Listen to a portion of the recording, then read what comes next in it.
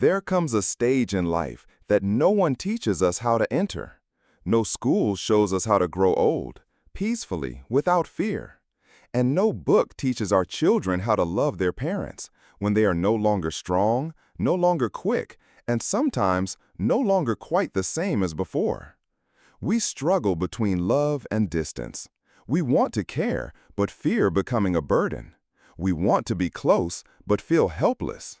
And the elderly, once our pillars, now stand uncertain between freedom and dependence. In this video, you won't find formulas or imposed advice. Only 5 stories, 5 real lives of people learning how to keep living when time is no longer on their side. Because caring for the elderly isn't just about meals and medicine. It's about walking quietly beside them, close enough so they don't feel alone, but far enough so they can still be themselves. My name is Sue. I'm 75. Since my wife passed, the house feels bigger, but not in a good way. It echoes, not with sound, but with absence. My children were worried, of course. "Dad, it's not safe for you to live alone," they said. So they hired a caregiver, a kind woman, always smiling. But she spent more time looking at her phone than looking at me. And she couldn't cook. God bless her, she tried. But the food wasn't the problem. The real problem was I began to feel like I was disappearing in my own home. So I tried moving into a senior living facility. It was clean, organized, everything on schedule. Meals at 7, meds at 9, TV time at 3. But it was missing the one thing I needed most: freedom. Want to take a walk? You need permission. Want to stay out past dinner? Sign a form. Every week, someone quietly passed away, and I started wondering, was I still living or just waiting? Eventually, I moved back in with one of my daughters. She was loving, her family was kind, but I knew in my heart I was only visiting. I ate my meals separately. The washer? It can't handle odor clothes, they said. And every time I turned on the lights or ran the water, I found myself whispering in my mind, "Am I being a burden?" Nobody ever said it aloud, but silence can weigh more than words. I started to miss things I didn't realize I loved. The smell of my tiny kitchen, the soft swish of my Tai Chi class in the morning park, the sound of the old radio crackling between songs. So I made a choice. I went home. Not because I wanted to be alone, but because I needed to feel like myself again, in my space, on my terms. I learned to cook, really cook. I reconnected with other seniors in my neighborhood who also lived alone. Together, we created something simple but powerful, a little text group. Every morning, just a message: "I'm okay." If someone doesn't respond, someone knocks. If someone feels sick, someone brings soup or drives them to the doctor. And no, it's not charity. We pay each other, 8 yen an hour. Not expensive, but not free. Not because we're keeping score, but because dignity matters. Because we're not helpless. We're human. We don't need caretakers. We need a community. A circle of people who see us not as past their prime, but as full of life, stories, skills, soul. And I realized something. The best way to care for an older person isn't always by taking care of them. Sometimes it's by letting them live on their own, in their way, with a little help and a lot of respect. I love my dad. I really do. He was the one who held my hand through every storm in life. The one who told me more than once, "Son, being human means being responsible." I carry those words with me, even now, as a father myself. But nothing prepared me for this chapter of our lives. After Mom passed away and Dad retired, he started living alone. And I started feeling lost. Funny, right? I'm a grown man with a job, a family, responsibilities, And yet, I felt completely powerless. There was always something to do. Meetings at work, homework with the kids, fixing things around the house. I wanted to take care of my dad. I wanted to be there for him.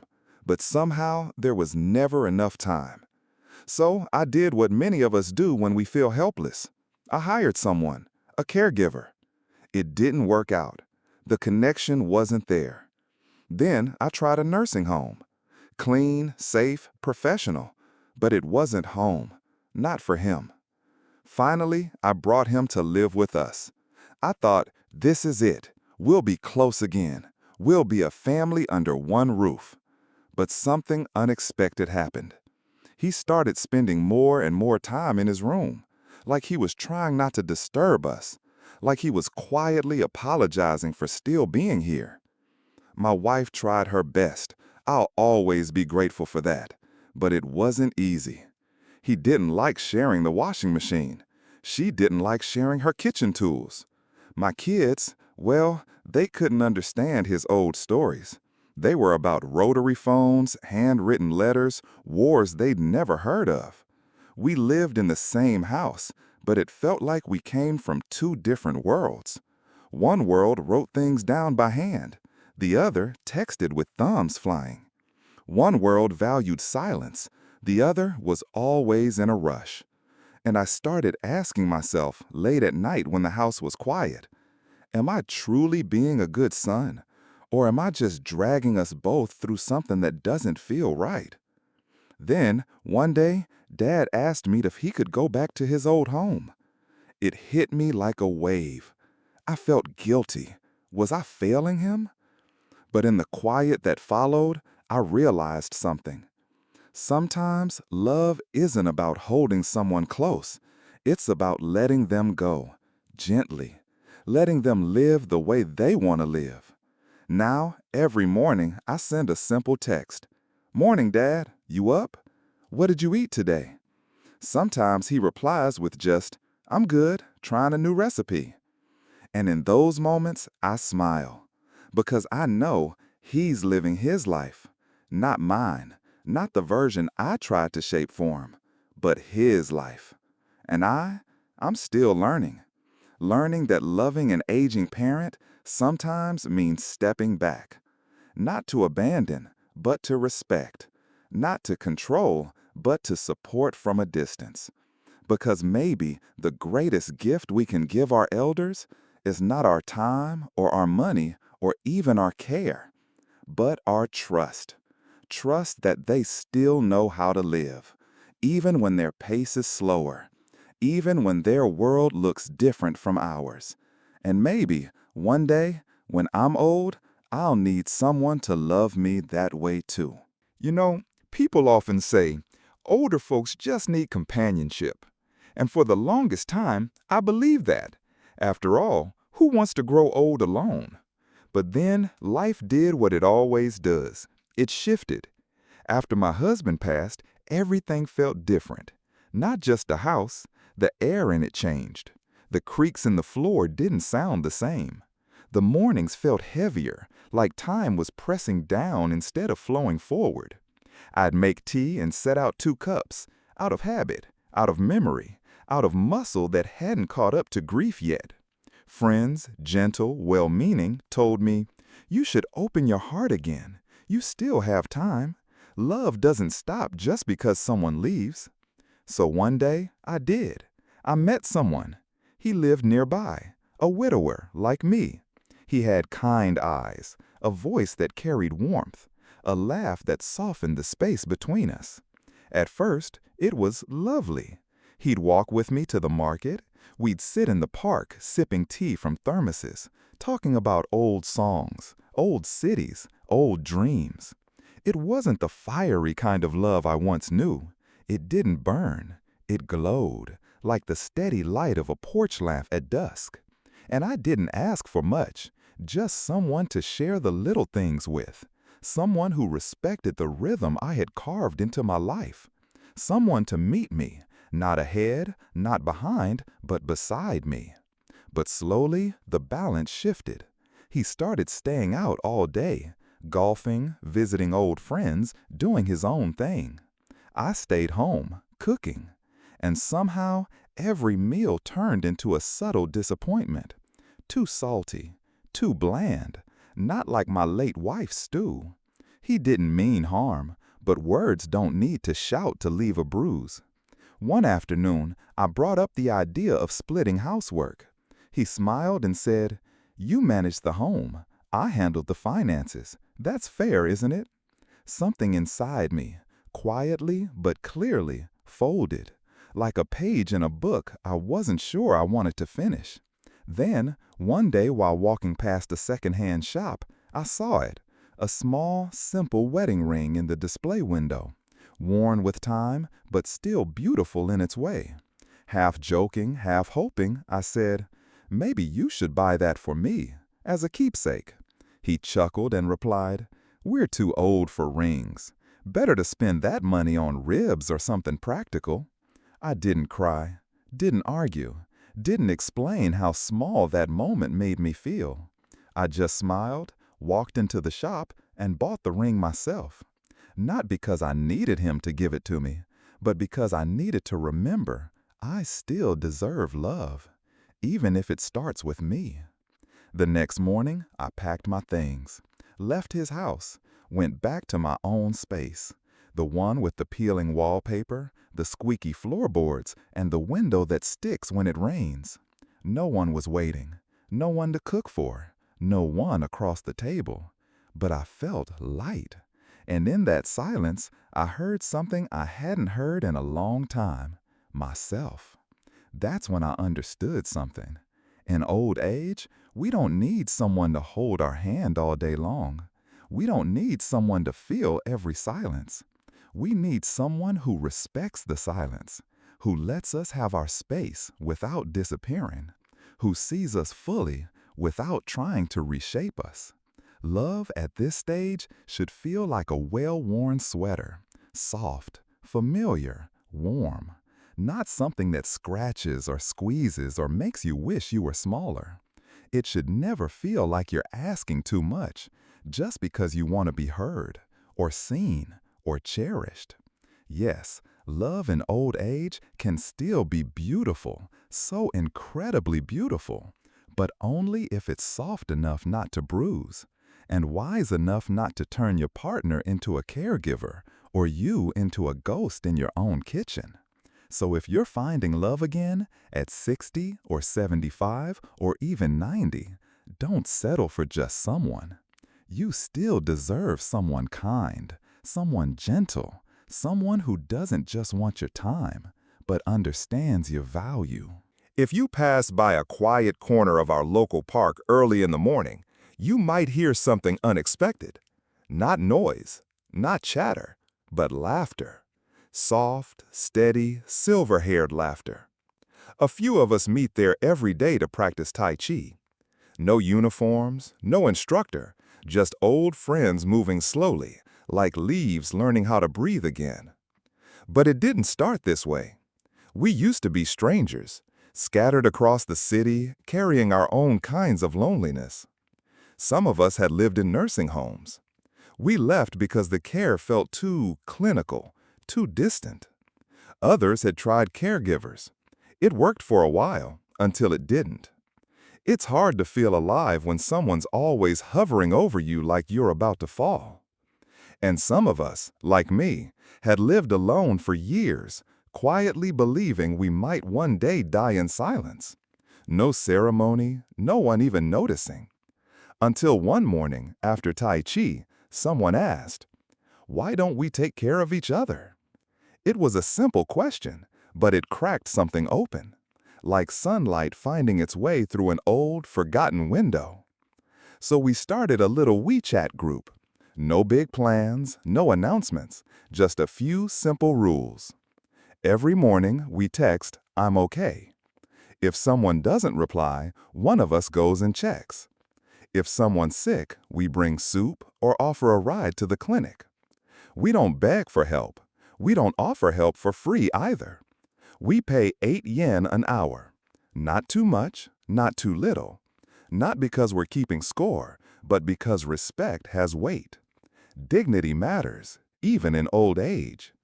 It's not charity, it's community.